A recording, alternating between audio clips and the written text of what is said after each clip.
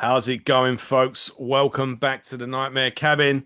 I am joined by William Zeldin of Vendée channel. I appeared on his channel a few months back, and Yes. he does great in-depth reviews of everything really, of films, books, and music. And we've got to do a metal, Geopolitics, even. uh, yeah, politics as well. Yeah, you cover quite a lot of ground, really, don't you? And Yeah, thinking about it now, I do. I obviously the the episode that I stumbled on was when you was talking about Orthodox Christianity, and That was right. Yeah. it was just like, oh yes, finally someone else is saying it. Because no offense to anyone, but I feel we've gone off on one now already. But well, put it this way: if you're an Orthodox Christian and you live in London, the chances are you've been one for about 5 minutes. So get over yourself. That's pretty much what you were saying. And, Yeah, that's basically the thesis. And like, we don't want to get too sidetracked, but yeah. yeah, my thesis was basically I am a lot more charitable and respectful of Orthodox Christians who are actually like from a Greek or like a Russian background, and Yeah, that's part yeah, of their absolutely. heritage. Yeah, That's even though, like I say, I ultimately want everyone to be Catholic, but I think that's a lot more understandable. Um, And I'm like, all right, for what you are, that's good enough for now, even though eventually we want to work you into becoming Catholic. But that's a lot more understandable than like some self-hating Westerner who is, really just ashamed of his heritage. And he's just so insecure about it when he finally discovers this sort of cool ethnic version of Christianity that he feels like he can latch onto, and now he can just write off the West and throw us under the bus. And yeah, I and can't stand it.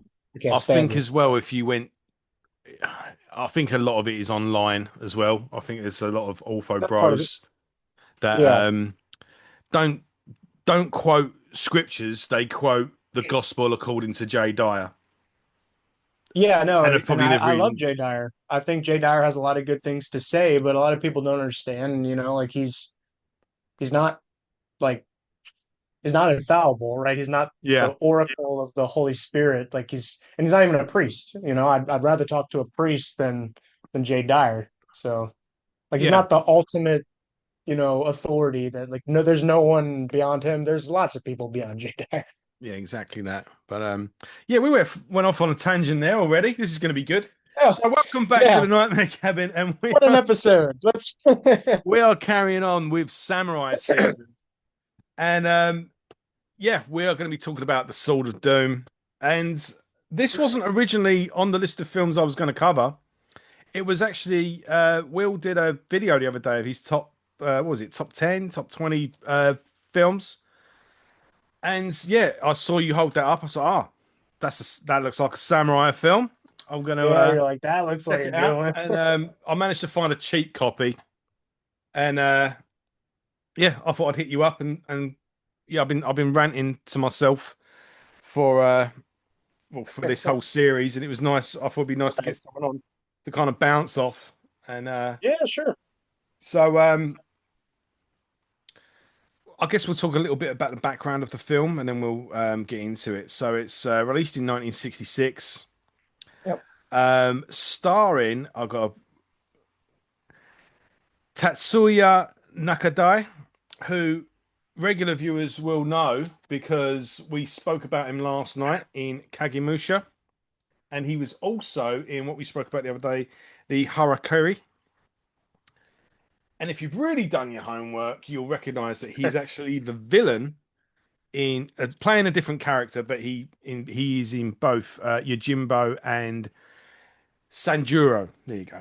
So he's actually, yeah, he's actually catching up now because there was a time when we was basically talking about Toshiro Mifune, but yeah, this guy is catching him up basically because he's every film just seemed to have Toshiro Mifune in it. And now every film I'm talking about um, has Tatsuya Nakadai. Um, But Toshiro Mifune actually is in this movie, if you remember. oh yeah, he is. Yeah, I just remembered. Yeah, Yes, he but turns up about halfway through. Um, Right, but he's a much minor. He's a much more minor character. yeah, I would. I mean, he's not. I'm not trying to diminish his role as a by calling him a minor character. He just plays the sensei that yeah, he comes academy. in really late into the film, but it is pretty much one or two scenes, and Yeah. Now I think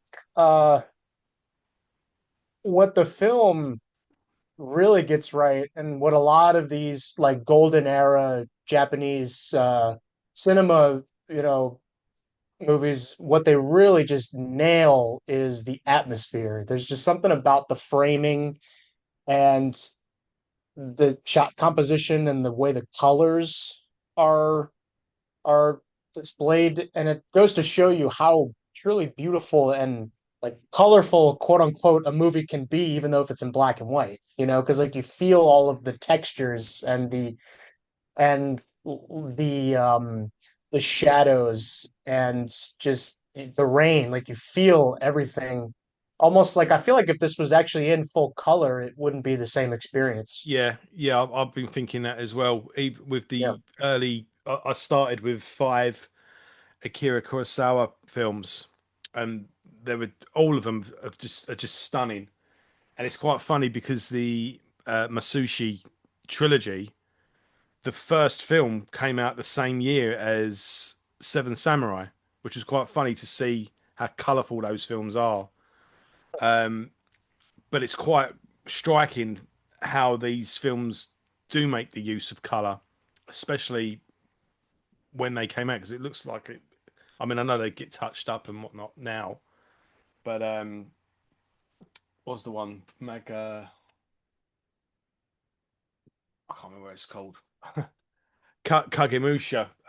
Musha. Yeah. Yeah, that was you know see that was the first Akira Kurosawa film I'd watched in the series so far that had color. But yeah, some of the imagery in this, like, as you say, if it wasn't black and white, it wouldn't work as well.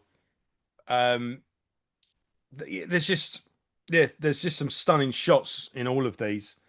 But Yeah. Um, Tatsuya, he really just the camera just soaks him up, doesn't it? Like the character he oh, plays in this.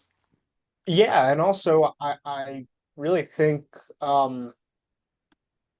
not only the characters' faces, but I think also the characters' clothing is really striking, even from the get-go, because I remember one video pointed out how you really get feeling from the get-go that Ryunosuke, I think that's his name Yeah. in the film, he is this kind of like angel of death kind of figure. Like he is the arbiter, like he brings death wherever he goes. And there really is no rhyme or reason to it.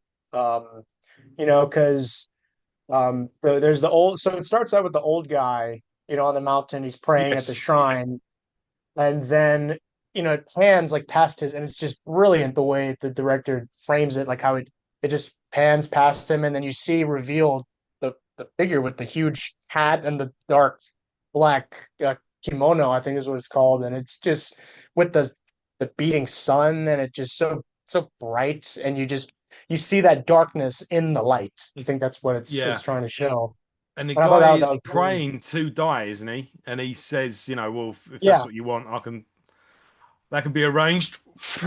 And then, okay. yeah, yeah, So you no, know and straight away that this guy, he means business. He's got something about him. It's quite sinister. yeah, And and there's then, also, I would say there's also kind of hints that he's almost like divine. Um, like with the Shinto mythology, as I understand it, like they believe that spirits or kami gods can like inhabit physical things, right? And so it can also inhabit humans. So I think there is reason to believe, and like it shows in the film, the way it's framed, the way the story goes, like that he is in fact divine. that's interesting. Yeah, I don't think of it like that. He, because you have that at the beginning, and that's what sets the scene.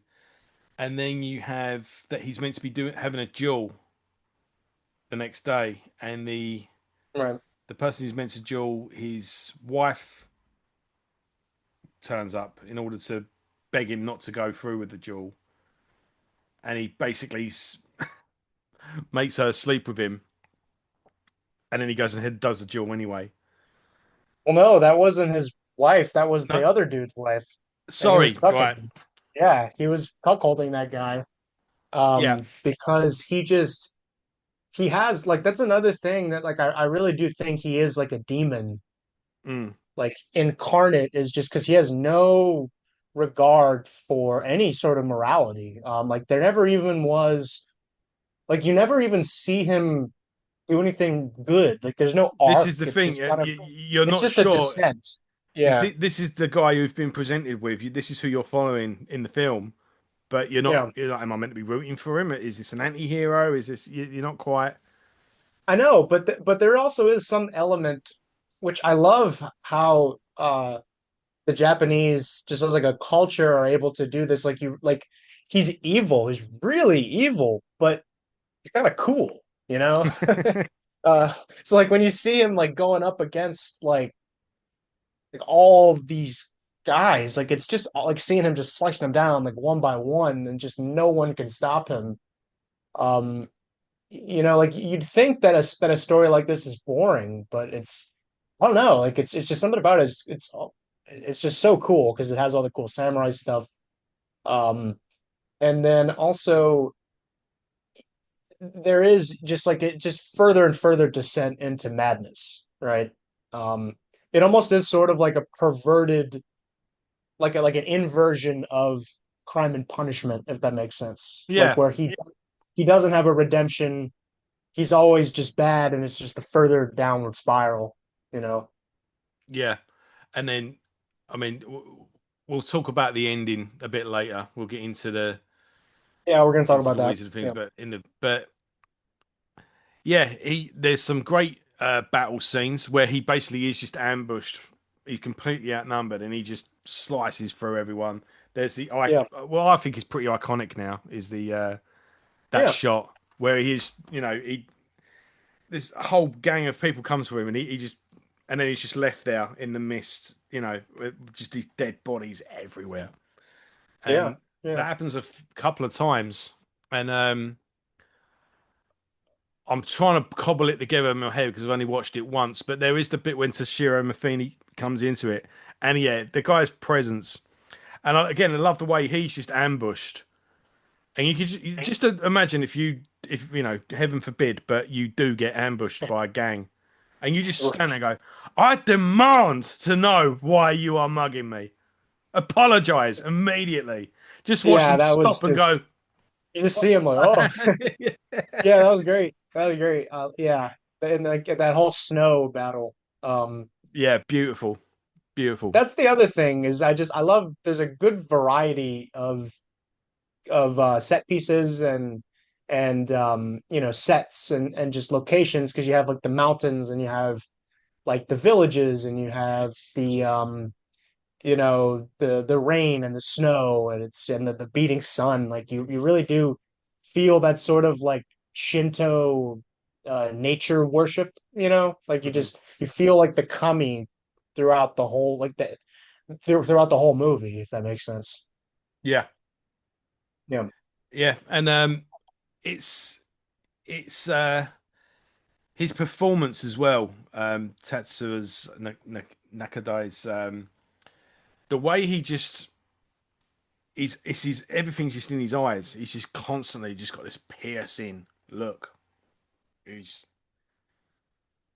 yeah, it's like if I was in front of that guy I'd be freaked out, yeah, and you know. it's like he doesn't say much, but it is all just in the eyes, and he's just got that glare that just it just Yeah, burns no, through. and you'd think that like a performance like that would just get really old. It'd be like a one-trick pony, but it is more than that. Like there is sort of complexity because there's times where, well, actually thinking about it now, he does actually do something good, at least for temporarily when he takes that guy's uh wife that he was, you know, he was cuckolding that guy. He takes her up as his wife and he takes care of the, you know, the baby that was formed from the RAPE.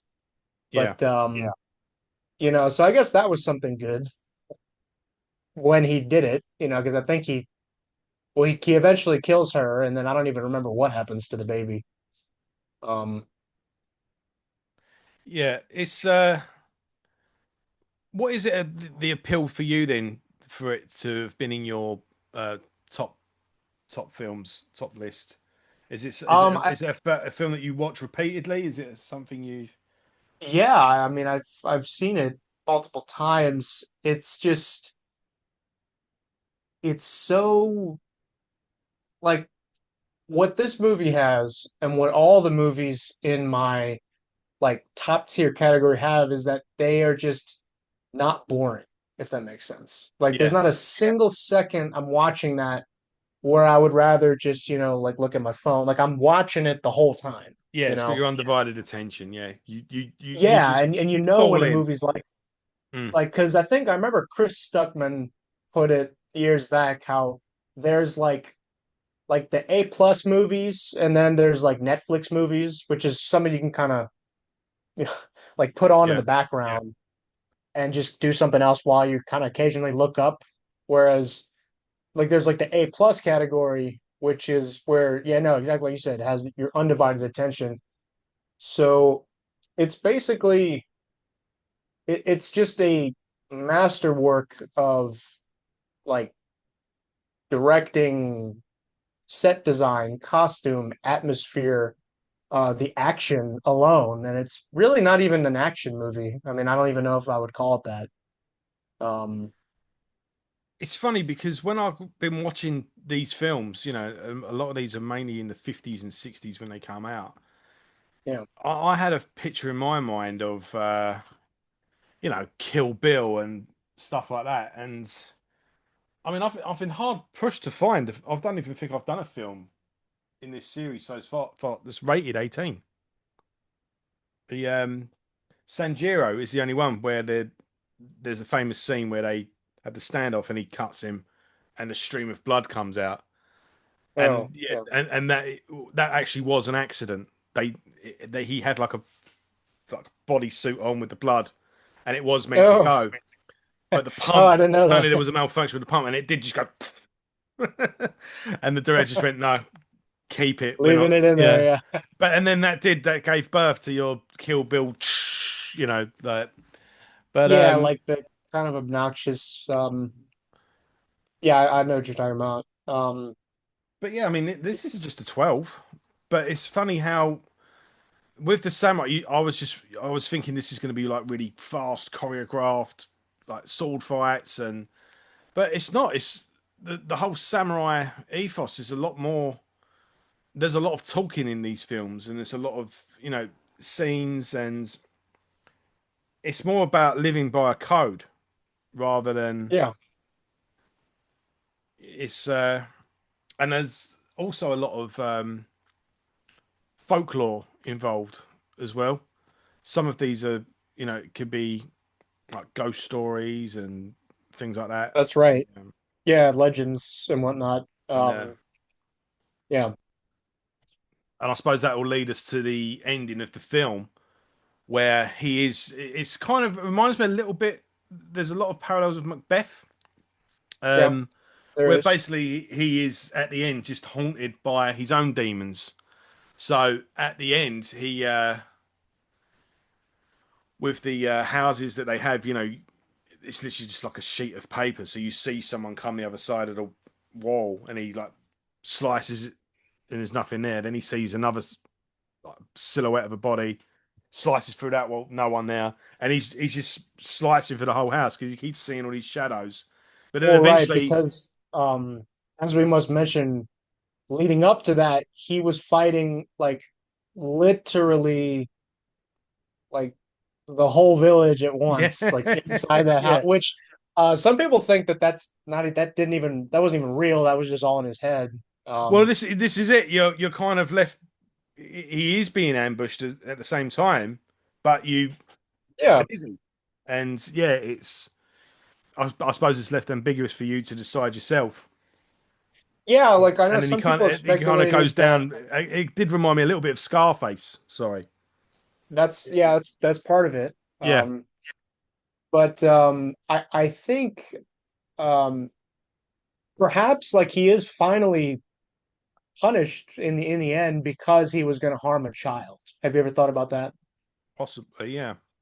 Yeah, because he has that, that younger girl in the room, and it's like you don't know what he's gonna do, but yeah. So I think that's probably I was thinking that how that might have just been like the lowest line, and he crossed it, and then that was his punishment. Yeah, I mean, But that's just speculation. I just thought of that right now. Um, no, but what do that's you what's so think? great about it is because you can just, you know, frame it anyway, and the more you look Yeah, at it, the more you come up with a new take or a new way to interpret what happened. So it's you are this is the film I've seen in this series where it's kind of just presented to you, and you're just left. It's like you decide what to do with what we've just shown you. We're not. It's not yeah, spelled out yeah, for you at all. yeah. No, not at all. That's another thing I really like about these movies. This one in particular. Um, like you can almost not even watch it with any of the word, which the words, I'm not saying the words are bad and they're not necessary, but I'm just like you could just watch it sound off and you still love it. You know what I mean? Yeah, and you could probably still follow what's going on as well. Yeah, I Yeah. would say so too, because um yeah, because a lot of them like a lot of the samurai movies really are like they're visually driven, I would Mm. say. Um because like no one really remembers the movies, at least here in the West. Like no one really remembers what was spoken. Like we can't quote any of the lines in it, but we do remember like the images because they're just burned into our subconscious. Like directors like this and Kurosawa just have that about the framing where you could just imagine like this in like a comic book, like just framed out like Yeah. each part. Funny enough, the film I did last night, Kagamusha. I have to keep reading them to because I can never. Yeah, yeah. Some of the names can be like Akira what? Kurosawa actually presented that with oil paintings. Ah, So imagine the yes, yes. storyboard. Yeah, it's all just oil paintings, That's great. and that Um, that. Well, I think they all do. They all look like oil paintings, really. The way they're presented, even when they are black and white. Yeah. Another thing I think is really interesting is the time period that it takes place in, where it's the final days of the actual shogunate and the samurai order. Right. Um, yeah, because with the side plot, with the guy who there's like the uncle of that girl who needs someone to take care of her, and they want the samurai who is sent to kill Rinosuke to take care of her. But then you see, okay, she also has the uncle, and the uncle tells that guy who's tasked with killing Rinosuke, just use this gun. I got it. And he just like like as he flashes the inside of his cloak really quick, you see a gun, and I can just imagine what that must have felt at that time, because he had mentioned that he was a merchant and whatnot, and he had access to like interesting stuff. So It's funny because in Yojimbo, the villain has a gun in that. He's the son of the main boss, and when really, he goes away, and when he comes back to the village, he's got a gun, and he's oh terrorizing everyone with it. And it's kind of like it's like a signifier that a new age is coming, and that's kind yeah, of the like showdown. It's Yojimbo. He's not. His name's not Yojimbo. You don't know his name, but what does Yojimbo means? Hitman, I think.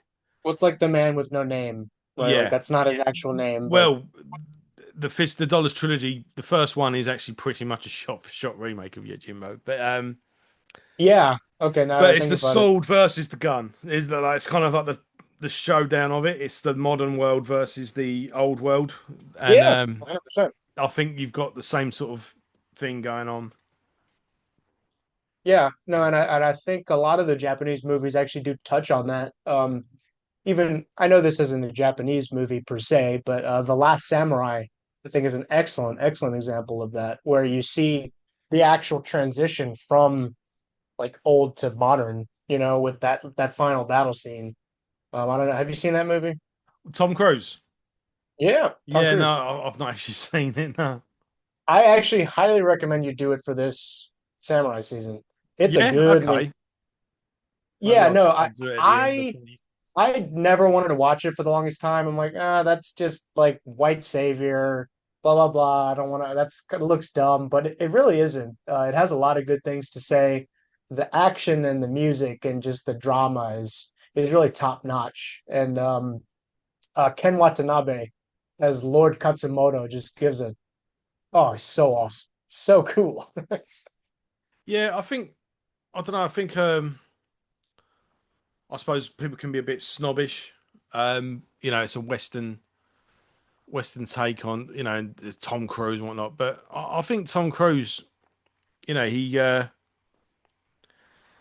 I'm appreciating him a lot more now, especially in our Yeah, current age of cinema. Like Tom Cruise has never he's never lectured me. He's never right. pushed some ideology down my throat. He's only ever wanted to make good films. Yeah, in And fact, he's actually thanked us for employing him by going to see his movies. yeah, Do you remember and that? He said thank you to the audience for letting us yeah, do what we want to do, you know? So yeah, that he was did that nice. on the Top Top Gun Gun. film and the last Mission Impossible film as well.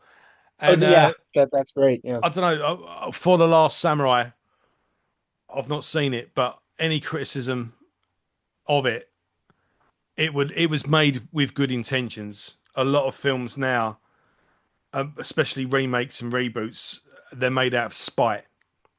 Like they're Well, purposely vandalized.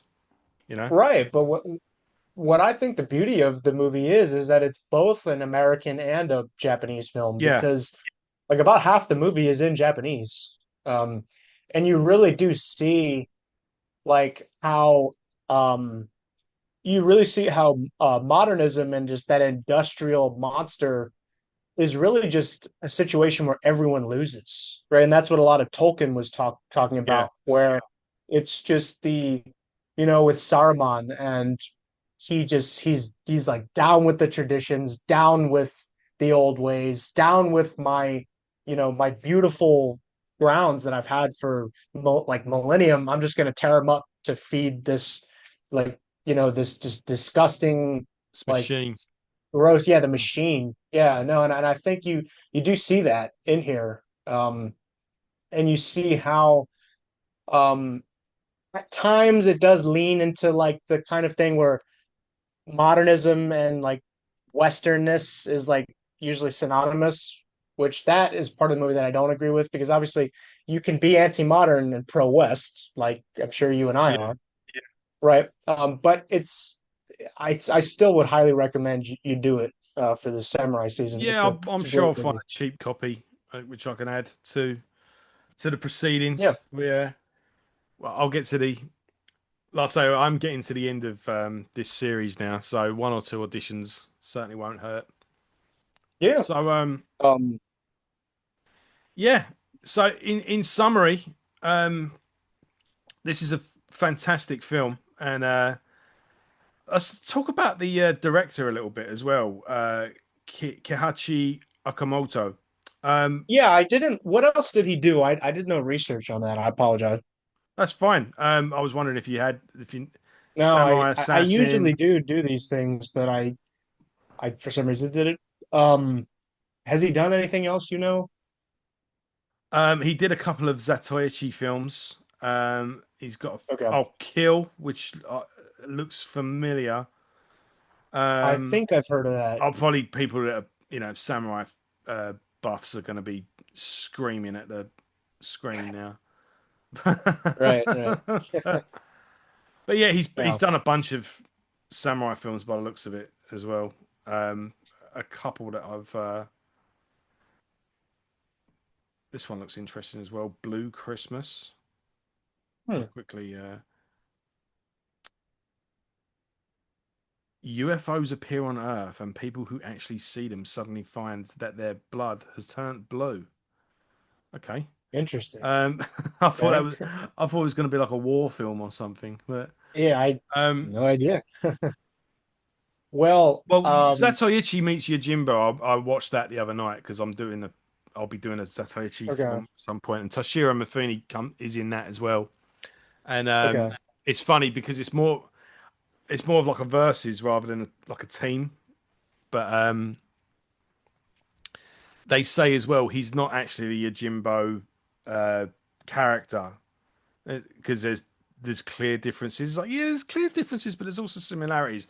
I'm wondering, did they do certain differences in order to some company like suing them because of the name or Okay, something like that? I see. I see. But Zatoichi's a good series. It's a blind swordsman, and funny enough, the guy that was starring in it, something Katsu, I forgot his name now. Uh, Shintaro Katsu did 26 films as Wow, Satoichi, and that's quite a bit. as well as a couple of TV series as well. So Wow. yeah, that's a pretty good run. Well, yeah, this was Obviously, all during like that golden era but the of one I'll be Japanese doing cinema. Yeah. mainly is the this is the 2011 remake, and but I'll be covering the whole, you know. But yeah, okay. Well, shall we? We'll sum things up. Like I say, I think this is a visually stunning film, a deep themed film of a dark soul, and getting one's comeuppance really, rather than there isn't much of a redemption arc. There's it's basically, I think, if you're self-serving, you are ultimately self-defeating. I think is the Yeah. general um, takeaway you can take from it. But stunning performances, visually stunning, quite eerie in places as well. It's a very dark film, Oh but yeah. a real treat and a real difference. This is a really nice addition to the series. So I'm thankful that I stumbled. You did that video just at the right time, and Ah, I'm glad I'm you glad I recommended did. it to me, and I'm glad you joined me to discuss it. Yeah, so now you're gonna trust my judgment when it comes to every single movie recommendation, right? Absolutely, yeah, yeah, yeah. Yeah, I'm because I had a friend who said that to me because I showed him a bunch of movies and he's like, every movie you're showing me, man, like you know the movies. Um, well. I think you and me both. We both we both appreciate the same thing about films. So I know yeah, what you if you recommend me a film, I know what it is you will appreciate about it. So therefore, I'll look for that same thing. And yeah, you were mentioning films I'd forgotten about. I was like, I remember that. like Yeah, and what was another one? well, Ameris Like Peros, City of God. oh, I love City of God. Yeah, Um, Life of Pi, I think is an incredibly people kind of hate on it for some reason, and I just don't get it. I've not seen it. Oh, that's Yeah, if you want to do like a I know segment on I your know the channel, film you're talking about. I've just never seen it. yeah, like if you want to do a segment on your channel for like quote unquote like religious movies or like movies with religious themes, I think that's one of the ones you got to do. Okay, Um, yeah, like and another, like Prince of Egypt and stuff like that. Ah, Prince of Egypt is great. I included that on the list too, you right? did, yeah. Yeah, oh yeah, that's just such an excellent movie. As a Christian, as a movie lover, like someone put it the best way where they're like with Prince of Egypt, like what else do I even need to ask for in a movie? Like it's a 10 out of 10. Did you see that animated film that came out around Easter? I can't even remember what Mm, it's called I now. doubt The it. King of I haven't Kings. been to the No, I haven't been to the movie theater in can't even remember the last time I went. Check out The King of Kings. I King of took my boy Kings. to see that. It was It fantastic. was good. Yeah, Okay. Yeah, excellent. certainly. So watch it with your kids as well. All right. Um, Yeah. I'll do that. and it works as a Christmas movie as well because it is actually set during Christmas and it's Charles Dickens telling the story of Christ to his children, but it's in Christmas is in the background, so it kind of works. You can watch it at Christmas or Easter. But and the Oh, okay. animation's great as well. But, yeah, check out King of Kings. But Well, all yeah, right. thank you for watching, guys.